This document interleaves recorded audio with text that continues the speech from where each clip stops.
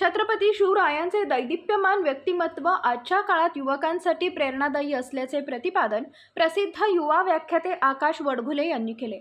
तळेगाव ढमढेरे येथील शिक्षण प्रसारक मंडळ आणि शकुंतला फाउंडेशन यांच्या संयुक्त विद्यमाने साहेबराव शंकरराव ढमढेरे यांच्या स्मृती व्याख्यानमालेत बोलताना वडघुले म्हणाले की छत्रपतींनी आपल्या सर्वांच्या नसानसात स्वाभिमान पेरला।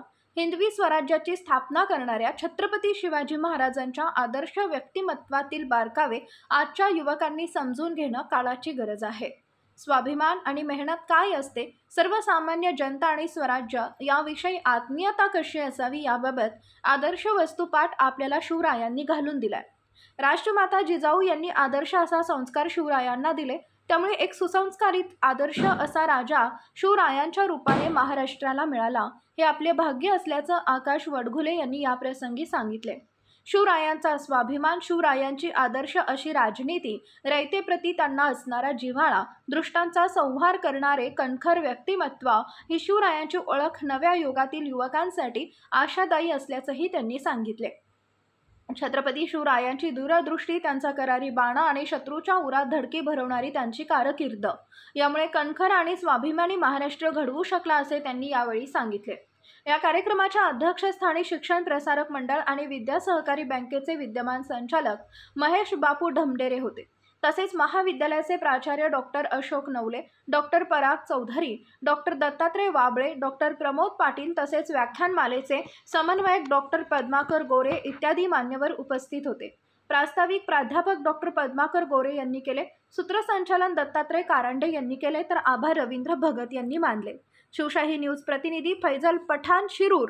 ज्या जगद्गुरु तुकोबारायांच्या अभंग वाणीतून विचारांचे मळे फुलले अशा आपल्या जगद्गुरु तुकोबारायांचा महाराष्ट्र खरोखर महान असला पाहिजे। मुंबईच्या बीडीडी चाळीमध्ये 10 फूट रुंद आणि 10 फूट लांब अशा खोलीमध्ये अभ्यास करून मित्रांनो, जो माणूस भारतीय राज्यघटनेचा शिल्पकार झाला अशा डॉक्टर बाबासाहेब आंबेडकरांचा महाराष्ट्र खरोखर महान असला पाहिजे। कोल्हापूरच्या राजर्षी शाहू महाराजांच्या गळ्यामध्ये हिरे माणिक मोत्यांच्या माळा नव्हत्या, तर त्या माणसाच्या गळ्यामध्ये होत्या त्या कवड्याच्या माळा होत्या आणि त्या कवड्याच्या माळा मला अतिशय बोलक्या वाटायला लागतात। ज्या माणसाला दुसऱ्याचं आयुष्य सोनेरी बनवायचं असतं ना, त्या माणसाला स्वतःचं आयुष्य मात्र कवडीमोल मानायचं असतं।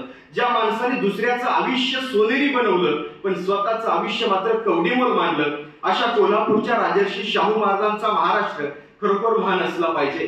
साताऱ्याच्या कर्मवीर भाऊराव पाटील त्यांच्या पत्नी लक्ष्मीबाई भाऊराव पाटील यांनी आपल्या वसतिगृहामध्ये राहणाऱ्या मुलांना गोड गोड अन्न खायला मिळावं म्हणून त्या माऊलीनं स्वतःच्या गळ्यातलं मंगळसूत्र गहाण ठेवलं आणि सर्वसामान्य कुटुंबातील विद्यार्थ्यांना गोड गोड अन्न खायला घालून गोरगरिबांच्या विद्यार्थ्यांच्या गळ्यामध्ये शिक्षणाचं मंगळसूत्र घालण्याचं काम ज्या माऊलीनं केलं ना, त्या कर्मवीर भाऊराव पाटील त्यांच्या पत्नी लक्ष्मीबाई भाऊराव पाटील यांचा महाराष्ट्र खरोखर महान असला पाहिजे।